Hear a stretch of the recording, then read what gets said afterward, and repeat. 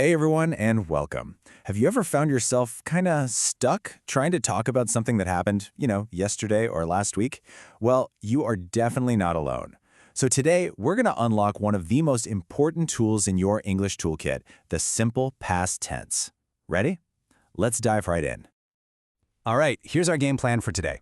We'll start with what the simple past tense even is, then we'll look for some easy signs to spot it.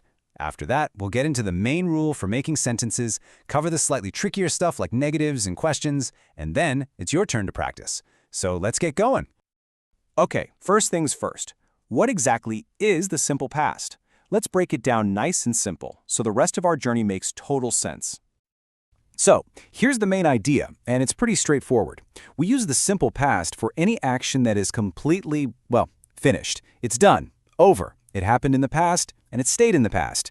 Think about it. It doesn't matter if it was 5 minutes ago or 10 years ago. If the action is complete, the simple past is your go-to. All right, so how do you know when to pull this tense out of your toolbox? Well, luckily for us, English has these little secret clues. They're like signposts that scream, hey, use the past tense here. Let's check out some of the most common ones. Okay, words like yesterday, last night, last week, these are total giveaways, right? The same goes for anything with ago, or if you see a specific year in the past, like 2022. When you see any of these, a little bell should go off in your head that just says simple past. It's a fantastic shortcut.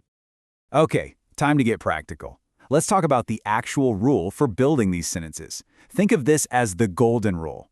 Once you get this formula down, I promise, everything else is going to click into place. And here it is. Super simple. Subject plus the second form of the verb, which we call V2, and then the object. That's it. That's the blueprint for pretty much any positive past tense sentence. Now, let's see this blueprint in action with some real examples. Okay, first up, I played cricket.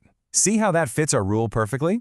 I is our subject. Played, that's the V2 form of the verb play. And cricket is the object. Subject, V2, object. See? Simple. Let's do another one. She went to school. Now, the base verb here is go. And what's the V2 form? That's right, it's went. So you've got your subject, she, followed by that V2 verb, went. The formula is holding up perfectly.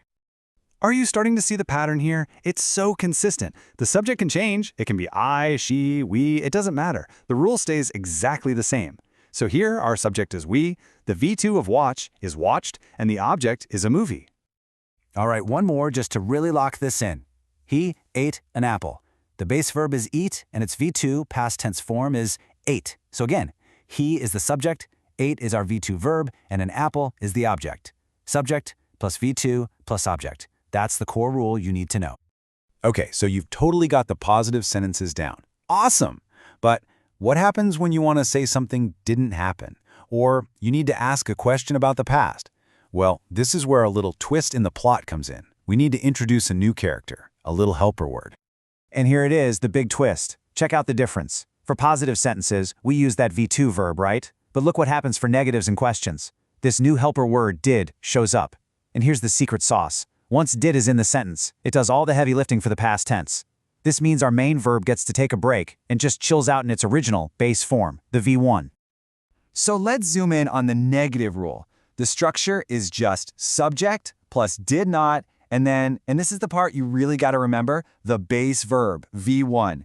Remember, the did is already signaling that we're in the past, so we don't need to change the main verb at all.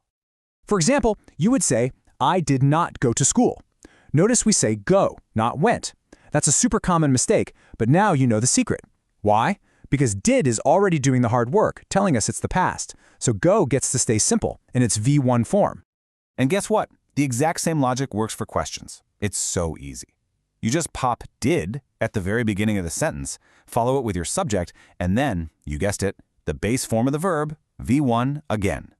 So we'd ask, did you play football? We don't say, did you played, right? Once again, our little helper did is right there at the front, taking care of all the past tense business. That means our main verb play can just stay in its nice, simple V1 form. All right, we're almost there. It's just about your turn to put this all into practice. I know we've covered a lot, but honestly, it all boils down to a super simple 3-step process. Let's quickly recap that checklist. Seriously, it is this simple. Step 1, just figure out what kind of sentence you want to make. Is it a positive statement, a negative one, or a question? Step 2, apply the right rule. Is it the V2 rule for positives or the did plus V1 rule for the others? And finally, step 3, just build your sentence. Put the pieces, subject, verb, object, all together. That's it.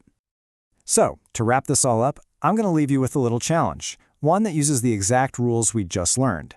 Take a second and think about it.